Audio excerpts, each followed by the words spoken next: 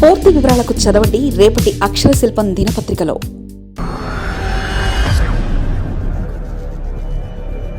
Visakha steel ఏపీకి పనికిరాదా? ఇళ్ల నిర్మాణానికి RINL నుంచి స్టీల్ వద్దట. నెలకు 500 కోట్ల చొప్పున 2000 కోట్లు ఇవ్వాలనే నివేదిక. ప్రభుత్వం వచ్చిన తర్వాత పట్టించుకొని వైనం. విశాఖ స్టీల్ ప్లాంట్ ప్రైవేటీకరణకు కూటమి ప్రభుత్వం ఇతోధికంగా సహాయం అందిస్తుంది. గత వైఎస్ఆర్ కాంగ్రెస్ ప్రభుత్వంలో స్టీల్ కొనుగోలుకు చేసిన ప్రతిపాదనలు బుట్టదాఖలు చేస్తున్నాయి. 1 సెంటు స్థలంలో ఇళ్ల నిర్మాణాలకు విశాఖ స్టీల్ను వినియోగించేందుకు రాష్ట్రీయ ఇస్పాత్ నిగమ్ లిమిటెడ్ RINL ఉక్కు పరిశ్రమకు నెలకు 500 కోట్ల చొప్పున 2000 కోట్లు ఇవ్వాలన్న పరిశ్రమ శాఖ నివేదికను పక్కన పెట్టేస్తున్నాయి. జగన్ సర్కార్ నిర్ణయం మేరకు ఆ నిధులు సమకూరిస్తే ప్లాంట్లో మరో బ్లాస్ట్ ఫర్నెస్ను ప్రారంభించి నిరంతరాయంగా ఉక్కు ఉత్పత్తి చేసే అవకాశం కలుగుతుందని కార్మిక ఉద్యోగ సంఘాల నాయకులు కోరుతున్నారు. దీనిపై విశాఖ ప్రజాప్రతినిధులకు వినతి పత్రాలు అందజేసినా ఫలితం లేకుండా పోయింది.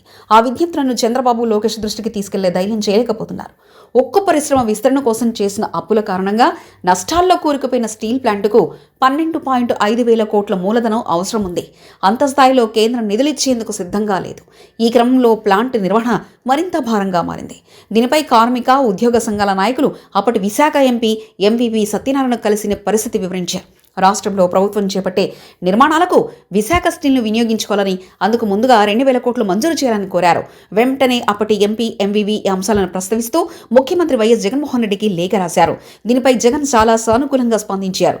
రాష్ట్ర వ్యాప్తంగా 1 సెంటు స్థలంలో పెద్ద ఎత్తున ఇళ్ల నిర్మాణాలు చేపడుతున్న క్రమంలో వాటికి విశాఖ స్టీల్ను వినియోగించుకోవాలని నిర్ణయించారు. దీనిపై పరిశ్రమ శాఖ అధికారులతో ఒక కమిటీని నిర్మించారు. సదరు కమిటీ 2023 ఆగస్టులో స్టీల్ ప్లాంట్ను సందర్శించి ఉన్నతాధికారులతో చర్చించింది.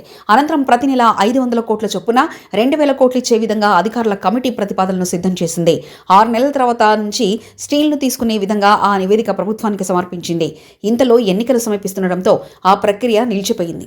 గత ప్రభుత్వ హయాంలో సిద్ధం చేసిన ప్రతిపాదనలు అమలు చేస్తే స్టీల్ ప్లాంట్ ఉత్పత్తి పెరుగుతుంది. కానీ అధికారం చేపట్టి 3 నెలలు పూర్తయినా ఇప్పటి వరకు వాటిని పట్టించుకున్న దాఖలాలు. దీనిపై ఇప్పటికే ఉక్కు పరిశ్రమ కమిటీ, కార్మిక ఉద్యోగ సంఘాల నాయకులు కూటమి ప్రజాప్రతినిధులను కలిశారు. గాజువాక ఎమ్మెల్యే, టీడీపీ రాష్ట్ర అధ్యక్షుడు పల్లా శ్రీనివాసరావు, బీజేపీ ఎమ్మెల్యే విష్ణుకుమార్ రాజు, జనసేన ఎమ్మెల్యేలు కొనతల రామకృష్ణ, పంచకర్ల రమేష్ బాబులకు వినతి పత్రాలు అందజేశారు. అమరావతి, పోలవరం ఇలా రాష్ట్ర ప్రభుత్వం చేపట్టిన నిర్మాణాలకు విశాఖ ఉక్కును వినియోగించాలని, అందుకు అడ్వాన్స్గా 2000 కోట్లు ప్లాంట్కి ఇవ్వాలని, విడుదల చేయాలని కోరారు. ఎమ్మెల్యేలు మాత్రం వారి విజ్ఞాపనలు ముఖ్యమంత్రి దృష్టికి తీసుకెళ్లలేదు. దీంతో ఈ కార్మిక సంఘ నేతలు గత నెల రోజులుగా ముఖ్యమంత్రి చంద్రబాబు, చినబాబు, HRD మంత్రి లోకేష్ను కలవడానికి ప్రయత్నించినప్పటికీ అవకాశం రావడం లేదు. రాష్ట్ర ప్రభుత్వం 2000 కోట్లు అడ్వాన్స్గా చెల్లిస్తే ప్లాంట్ నిర్వహణ కష్టాలు కొంతవరకు తొలగుతాయని కార్మిక నేతలు భావిస్తున్నారు. గతంలో 2 బ్లాస్ట్ ఫర్నెస్లు మూతపడిన సందర్భంలో ఈ విషయాన్ని ప్రభుత్వం దృష్టికి తీసుకెళ్లినా పట్టించుకోలేదు. ప్రస్తుతం కేంద్రం మరో కీలక SMSలో ఒక విభాగాన్ని ప్రైవేటుకు అప్పగించాలని నిర్ణయించింది. ఇందుకు సంబంధించిన టెండర్ నోటీస్ సైతం జారీ చేసింది. ఆ విషయం తెలిసినప్పటికీ కూటమి ప్రభుత్వం కేంద్ర నిర్ణయంపై నోరెత్తకపోవడంతో ప్లాంట్కు నిధుల సాయం అందించే విషయంలో దృష్టి సారించకపోవడం ఒకవైపు, స్టీల్ ప్లాంట్లలో ఒక్కో విభాగాన్ని ప్రైవేటుకు అప్పగిస్తూ వెళ్తున్నా పరిశ్రమల ఆస్తులను వేలం ద్వారా విక్రయించాలని నిర్ణయించినా రాష్ట్ర ప్రభుత్వం కనీసం స్పందించకపోవడం పట్ల కార్మిక ఉద్యోగ సంఘాల నేతలు మండిపడుతున్నారు. తెలుగుదేశం ఎంపీల బలంతోనే కేంద్రం నడుస్తున్నప్పటికీ మోదీపై కనీసం ఒత్తిడి తీసుకురాకపోవడాన్ని తప్పుపడుతున్నారు. మరిన్ని కథనాల కోసం సబ్స్క్రైబ్ చేసుకోండి మీ అక్షర శిల్పం. పూర్తి వివరాలకు చదవండి రేపటి అక్షర శిల్పం దినపత్రికలో.